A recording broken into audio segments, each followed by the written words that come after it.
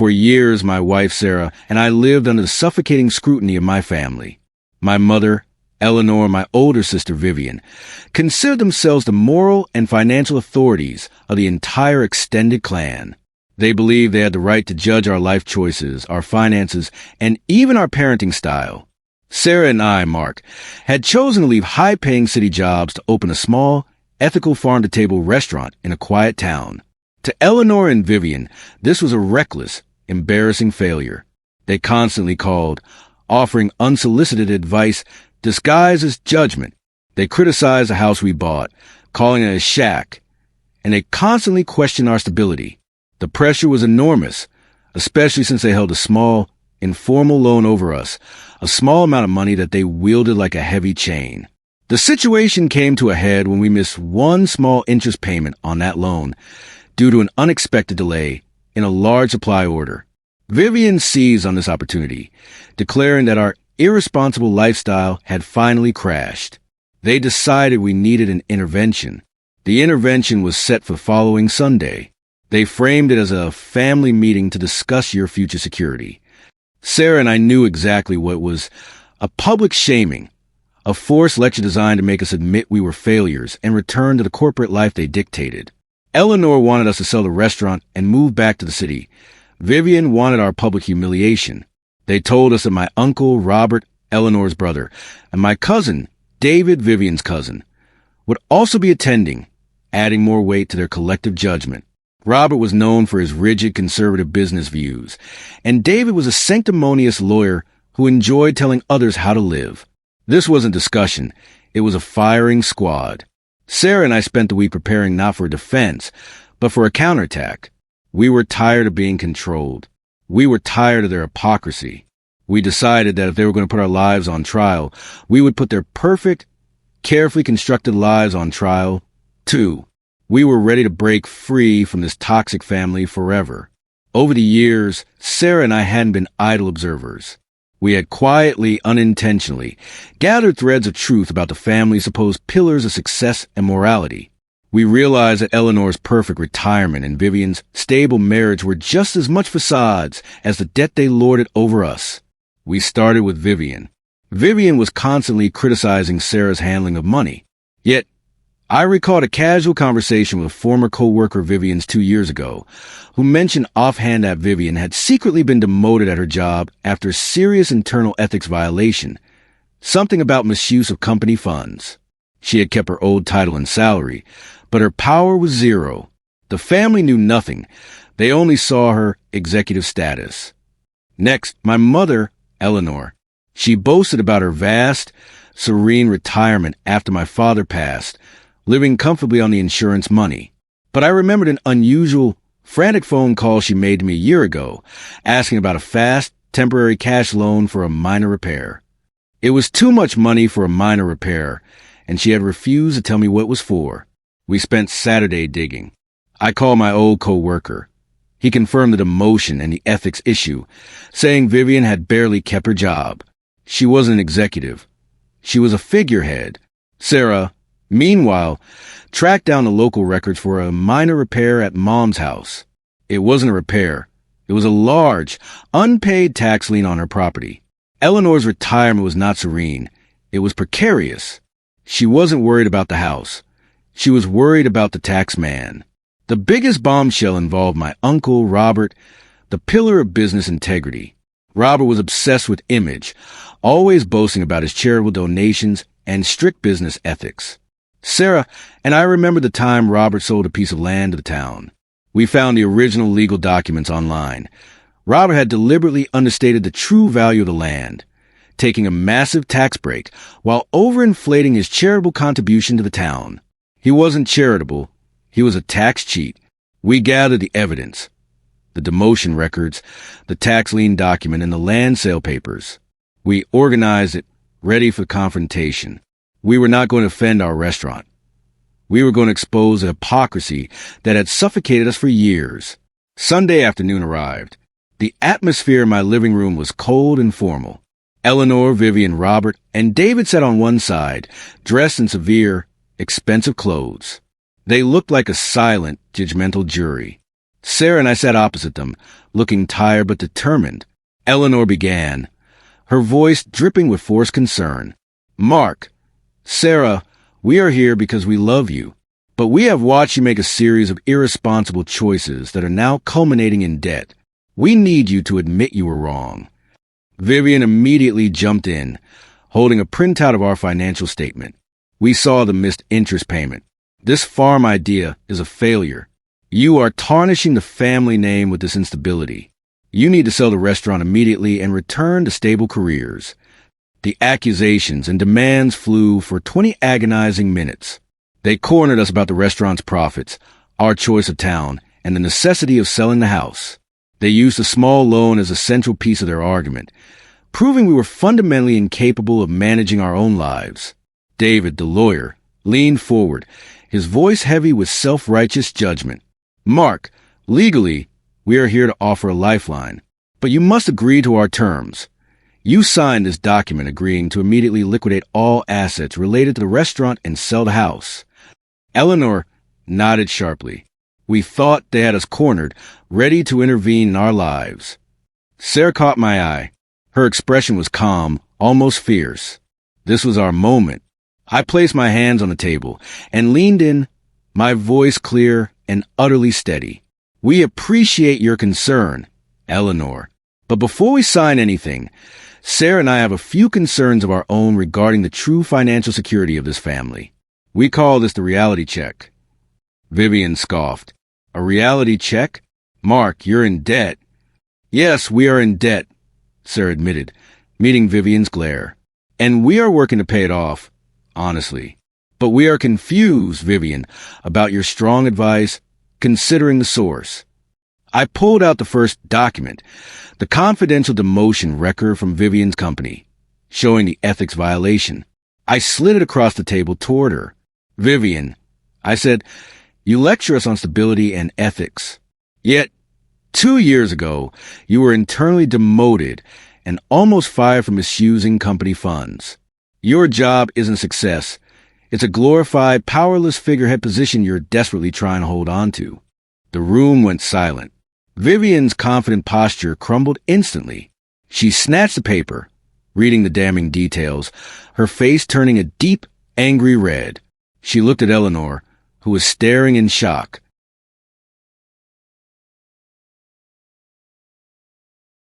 That is a lie. Vivian shrieked, stuffing the paper into her bag. It's an absolute lie. Mark, where did you get this? The truth always finds a way out, Vivian, Sarah replied calmly. You criticize our small, honest loan debt, while your professional integrity is non-existent. You have no authority to judge our ethics. Eleanor, recovering from the shock, immediately jumped to her favorite child's defense. Vivian, is this true? Never mind, Mark, that's her career. It has nothing to do with us. You're trying to deflect. Oh, it has everything to do with hypocrisy, Eleanor, I said, pulling out the second document, the large official tax lien on my mother's property. I slid it in front of her. Eleanor, I continued, you lecture us on financial responsibility and boast about your serene retirement. Yet, this is an official tax lien on your beautiful house, showing a massive, unpaid tax bill from last year. This wasn't a minor repair.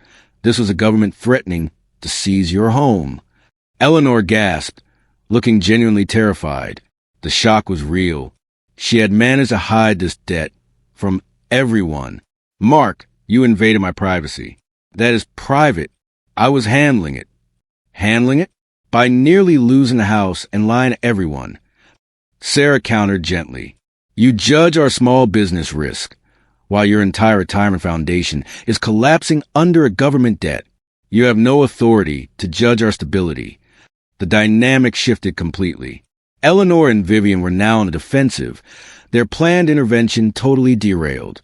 Robert and David sat in stunned silence, watching the two pillars of their moral high ground crumble under the weight of documented financial deceit. Robert, the pillar of integrity, finally spoke, his voice dry. Eleanor, a tax lien? You never mentioned anything. You need to be transparent with your finances. I looked at Robert, the perfect opportunity arriving.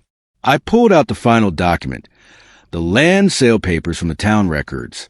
Speaking of transparency, Robert, I said, sliding the papers toward him, you constantly preach ethics and boast about your vast charitable donations to the town. You even criticized our restaurant's small profit margins, saying we weren't contributing enough to the community. Robert looked at the papers, initially confused. Then his eyes scanned the tax details. The blood drained from his face. The documents detailed how he had sold the land to the town, claiming a huge charitable deduction based on an inflated value, effectively cheating the government out of tax revenue and increasing his own personal gain. These documents show you deliberately understated the value of the land to claim an enormous tax break. Robert, I stated, my voice quiet but firm. You're not a philanthropist. You're a tax cheat who exploited the community you pretend to serve. You have no authority to judge our business ethics. Robert didn't speak. He just slowly gathered the papers, his face completely gray. His hands trembled as he realized that his carefully crafted image of moral superiority was over. He was exposed, not by a family argument, but by his own documented greed. The room was utterly silent. The family had arrived to intervene in our lives, and instead, we had turned the tables, dropping 3 different bombshells about their own hidden hypocrisies that left them speechless. Their moral authority was annihilated. David, the lawyer, finally stood up, looking pale. He was clearly afraid of what Sarah and I might know about him. I think this meeting is over, he muttered, grabbing his coat. This is not productive. He fled the house without another word. We let him go. The core fight was with the ones who had been controlling us, Eleanor and Vivian. Eleanor looked at me, no longer with anger, but with immense fear and pain. Mark, why would you do this? Why would you expose us to this shame? Shame? Sarah asked, her voice tight with years of suppressed frustration. You came here to shame us, to publicly break us and force us back into a life we hated. We exposed your secrets because the only leverage you had over us was your false moral superiority. Once that was gone, we were free. I stood up. We broke free from a toxic family forever. I walked over to the table and picked up the loan agreement they had prepared for us to sign. I tore it in half and threw the pieces onto the floor. We are not signing your terms. We are not selling the restaurant. We are not failures. We are honest people trying to build an ethical life. You, however, are hypocrites. Vivian, still furious and humiliated by her demotion being revealed, tried one last attempt at control. You still owe us the money, Mark. The loan. We'll sue you. I smiled, pulling out one final crisp envelope. No, you won't, Vivian. I slid the envelope across the table. It contained a cashier's check for the full remaining amount of the small loan, plus an extra $1,000 for their trouble. That is a principal and interest paid in full, I stated. Now you have zero financial leverage over us. The only thing you have left is your shame. Vivian stared at the check, stunned. She couldn't sue us. The debt was paid. She couldn't shame us. Her own career was built on a lie. She was completely defeated. Robert, the tax cheat, finally found his voice, not in anger, but in resignation. Mark, Sarah, I think you made your point. We apologize for the intervention. We should have trusted your choices.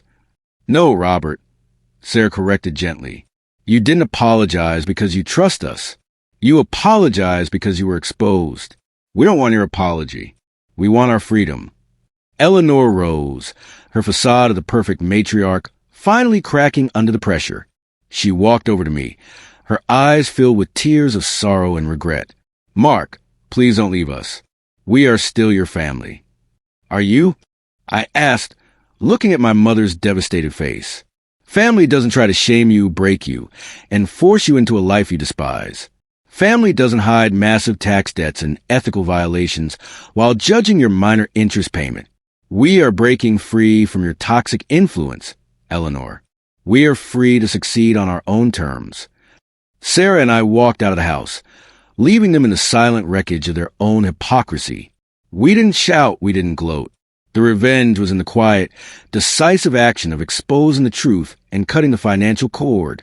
We drove away from the intervention, feeling the physical weight of years of toxic control lift from our shoulders. The silence in the car was beautiful, filled with the promise of a future that belonged only to us.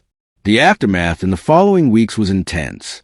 Eleanor, Vivian, and Robert immediately began damage control, trying to explain their sudden silence to the rest of the family. The dominoes continued to fall as the rumors spread. Vivian tried to frame us as ungrateful children who stole confidential family papers. But my quiet, calm communication to the extended family, a simple email stating that we had exposed unsustainable financial dishonesty and chosen peace, was enough to stop the gossip. Our moral position was unassailable because the documentation was real. Robert had to deal with the quiet shame of his tax, deceit, becoming an open secret. Eleanor had to scramble to pay the massive tax lien, which forced her to liquidate some of her remaining assets, proving her serene retirement was a massive fraud. Our small, ethical restaurant, which they called a failure, became our sanctuary. We worked harder than ever, now fueled by the sweet taste of freedom. The small interest payment we missed was fixed, and the restaurant was profitable, ethically and honestly. I often thought about the moment David, the lawyer, fled the room.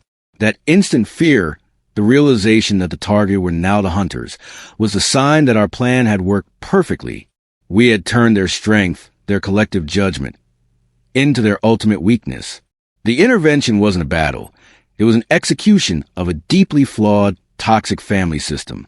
Sarah and I decided to write an article about our experience, focused on the theme of breaking free from toxic control. We wanted others who felt cornered by manipulative family members to find the courage to fight back with facts, not emotion. Reader, have you ever felt the pressure of toxic family control? Comment below and share how you found the strength to set boundaries. We wanted the message to be clear. You are not defined by their expectations, but by your own integrity. The article went viral, striking a chord with thousands of people. The focus was on the specific, documented financial hypocrisies we exposed.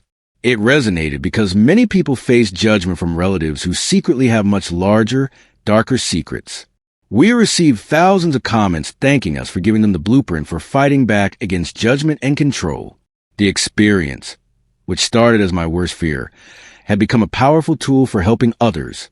The house, which they called a shack, was now the foundation of our honest, peaceful life. The small restaurant was thriving. Our success was real, earned, and completely free of their controlling influence.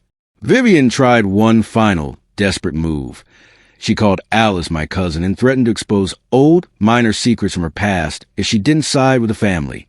Alice, tired of the drama, immediately forwarded the message to me.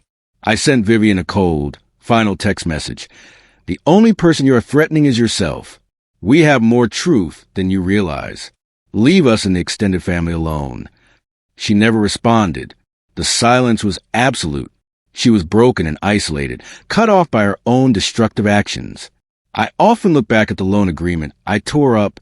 That simple piece of paper symbolized the decades of leverage they had held over me and my parents.